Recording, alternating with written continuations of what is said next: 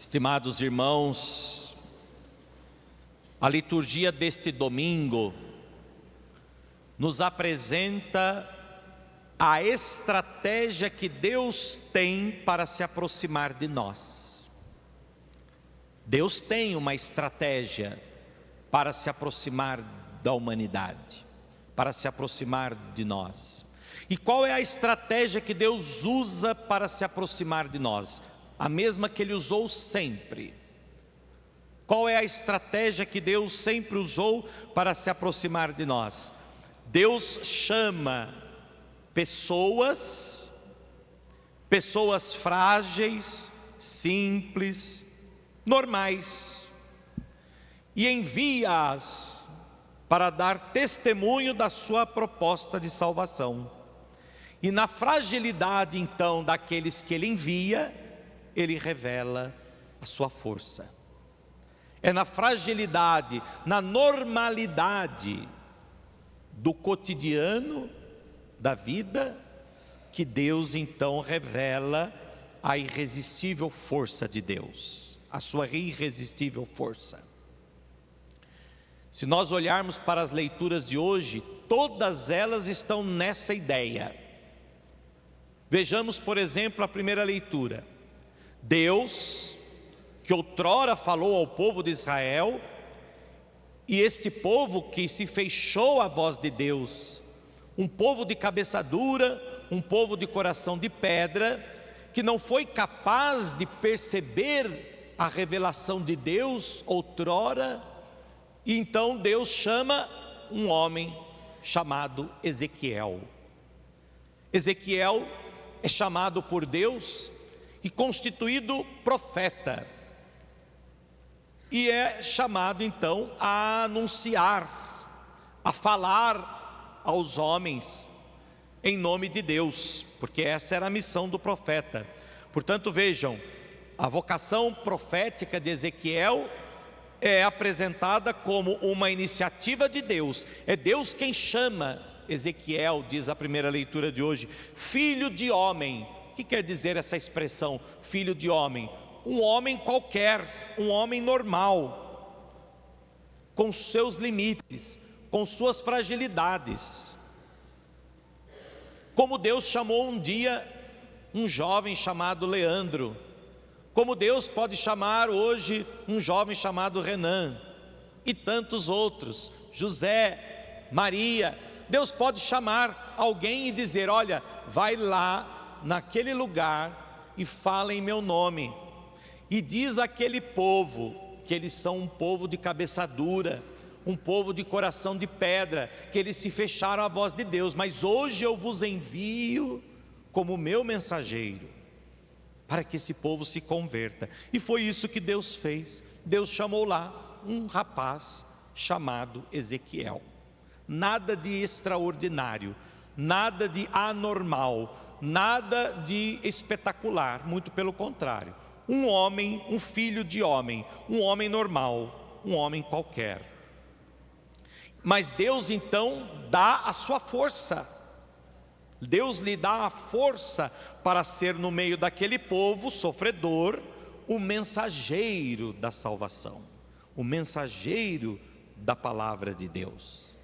Então vejam, meus irmãos, aqui está, na fragilidade daqueles que Deus envia, Deus revela a sua força.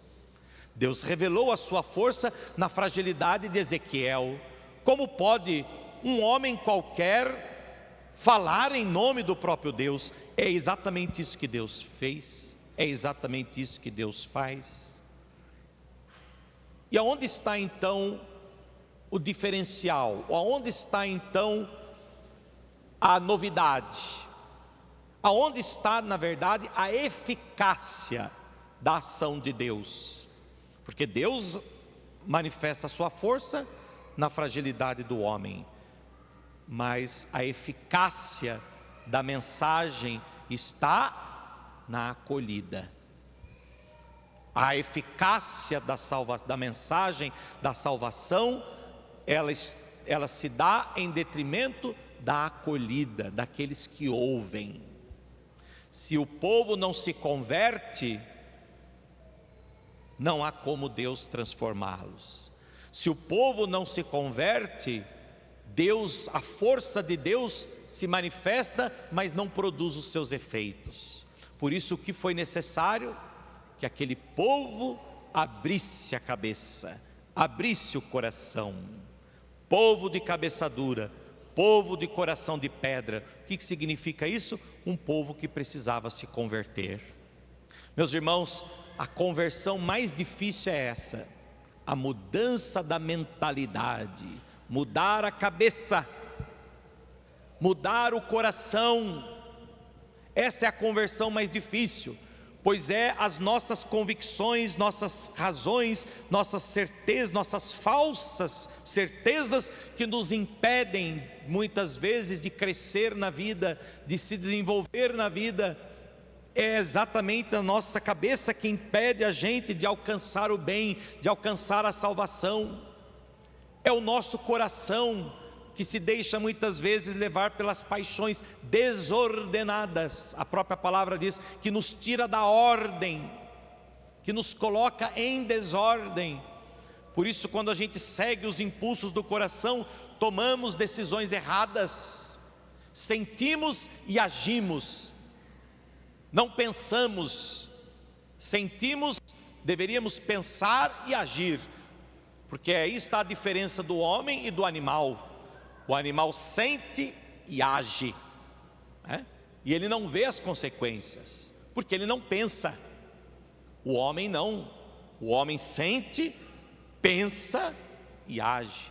Um homem que não pensa é um homem que se deixa levar justamente pelos impulsos do coração. Que impulsos são esses? O orgulho. O que é um homem orgulhoso? Do que um homem orgulhoso é capaz, do que um homem vaidoso é capaz, do que o orgulho é capaz de fazer de nós. Pode gerar até a morte. A gente pode matar por orgulho, por raiva, por ódio, por causa do impulso do coração. Portanto, esse povo de cabeça dura, esse povo de coração de pedra, fechou o seu coração e não acolheu a mensagem de Deus através do profeta Ezequiel. Por isso, um povo que precisa se converter. Meus irmãos, a conversão mais difícil é essa, a conversão da mentalidade e do coração. A gente muda atitudes, atos, comportamentos, isso não é tão difícil, né? Chega a quaresma, por exemplo, eu fumo, vou ficar 40 dias sem fumar, e fica. É um pouco difícil, mas fica. Eu vou ficar 40 dias sem comer açúcar. É um transtorno nos primeiros dias, não é? A abstinência do açúcar que causa dependência, mas a gente fica. Então mudar comportamentos, atitudes, alguma coisa assim, isso não é tão difícil. Mas a conversão, de fato, que é porta para que a salvação alcance, essa é mais difícil. Porque se não abrir o coração e se não mudar a mentalidade, a salvação chega e nós não a acolhemos. Não foi isso que os nazarenos fizeram no Evangelho? A salvação estava ali diante deles, mas o coração deles estava tão fechado, tão orgulhosos, que não reconheceram em Jesus o Filho de Deus, não reconheceram em Jesus o Deus que se manifestou a eles, e no meio deles, num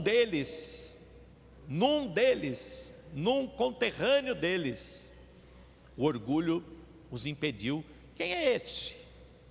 Não é o filho de José? O filho da Maria? Não é o carpinteiro? Não nasceu aqui entre nós? Que ensinamento é esse? Ficaram até admirados com Jesus, não se pode negar, não é? Ficaram admirados como Jesus ensinava com sabedoria, ficaram admirados com os prodígios que ouviram contar que Jesus fez nas redondezas.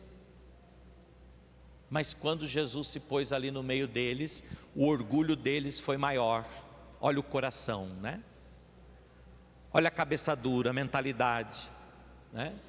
E impediu eles de verem a salvação ali diante deles e acolherem aquela mensagem de salvação que Jesus levou. Portanto, vejam, voltando à ideia central, na fragilidade dos seus enviados, revela-se a irresistível força de Deus. E se o homem não abre o coração e a mentalidade, Deus não pode ali realizar a sua obra, Deus não pode ali salvar.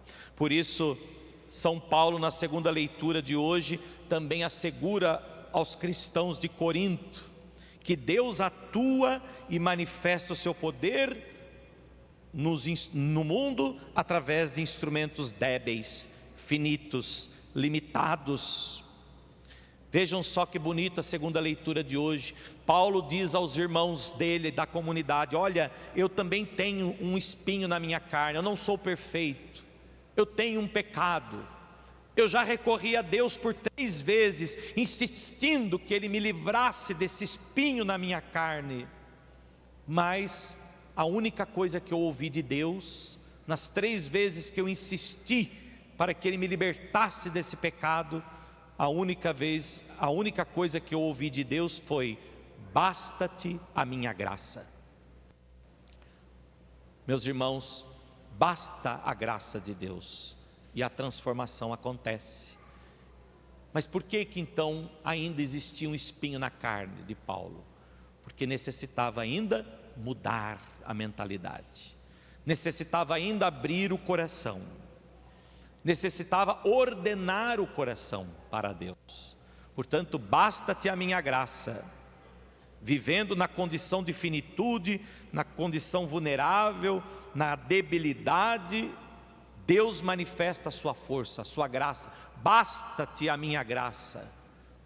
E por isso Deus fala também hoje a cada um de nós que estamos aqui. Certamente todos nós aqui temos um espinho na nossa carne, aquele espinho que inflama, que às vezes melhora, mas daqui a pouco inflama de novo.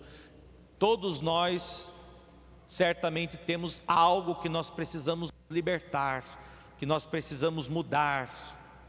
É como um espinho na nossa carne, mas Deus nos diz: basta-te a minha graça e a sua disposição.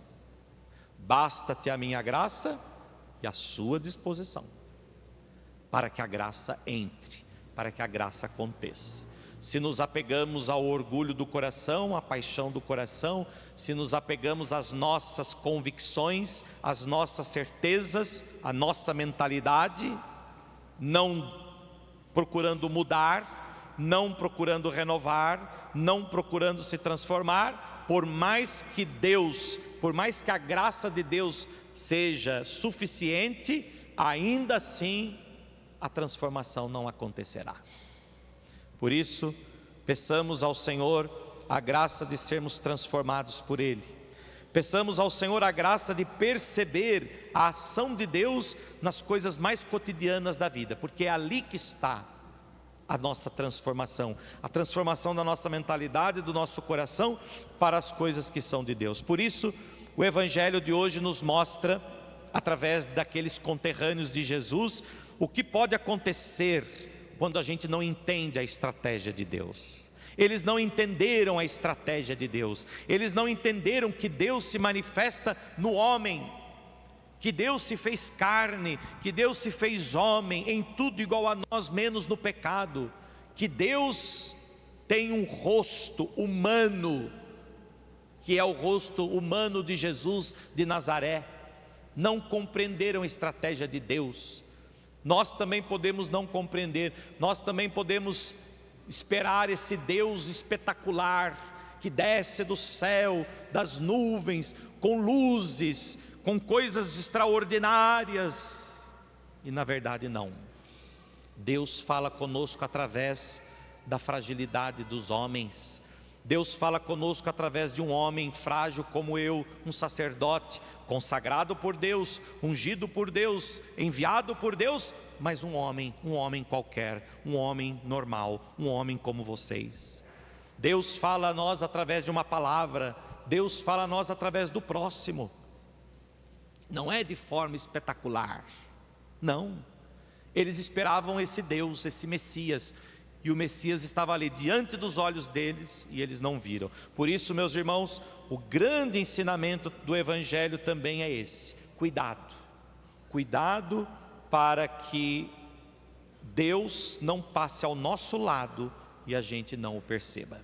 Cuidado para não deixar Deus passar ao nosso lado e nós não o vermos. Cuidado para não tratarmos com indiferença a proposta de salvação que Deus nos dirige através do outro e nós nos fazermos surdos, indiferentes a tudo isso. Foi exatamente isso que aconteceu com os nazarenos. Por isso diz o Evangelho, Deus não pôde ali Deus não fez milagre algum. Ali Jesus não realizou nada. Por que Jesus não realizou milagre algum? Não era motivo para Jesus então realizar um milagre para provar o seu poder, provar a sua onipotência, provar a sua divindade? Não. Porque na verdade, basta-te a minha graça. Porque na verdade, era necessário que eles acolhessem a salvação. Não de forma espetacular, mas perceber que na verdade todo o amor de Deus estava contido naquele coração de homem, naquele coração humano. Todo o amor de Deus estava contido naquele coração humano. Todo o amor de Deus estava contido naquele rosto de homem. Quem me vê, vê o Pai, disse Jesus. Mas quando viam Jesus, não viam Deus, um Deus glorioso. Esse Deus glorioso está reservado para a eternidade. Nós um dia vamos ver a Deus face a face, se formos capazes de hoje enxergar a Deus pela fé. Nós um dia veremos a Deus face a face, se formos hoje capazes de ver a Deus através do homem que prega, da Eucaristia, do pão e do vinho que se celebra, da palavra que é anunciada. Se formos capazes de mudar a nossa mentalidade, abrir o nosso coração e acolhermos a mensagem de Deus, certamente um dia seremos capazes de ver a Deus face a face. Para isso, acolhamos a salvação que veio até nós de forma simples, frágil. O Deus Todo-Poderoso se fez pequeno, o Criador se fez criatura, e é isso que nós precisamos compreender. Nós precisamos compreender que a santidade se dá na fidelidade, na obediência de todos os dias, que a grande transformação acontece na perseverança das pequenas coisas. É ali que se dá a graça de Deus na nossa vida, é ali que a graça de Deus se manifesta e é ali que nós também fazemos a experiência da salvação. Portanto, aprendamos da estratégia de Deus. Deus usa das coisas frágeis para manifestar a sua força. Saibamos então enxergar para além daquilo que os nossos olhos veem, permitindo que a graça de Deus seja também acolhida por cada um de nós. Peçamos então a Deus a graça de nos libertarmos das nossas falsas convicções, mudando a nossa mentalidade, e que Deus nos liberte dos nossos orgulhos, que fecha o nosso coração e impede de acolher a boa nova do Evangelho. Assim seja. Amém.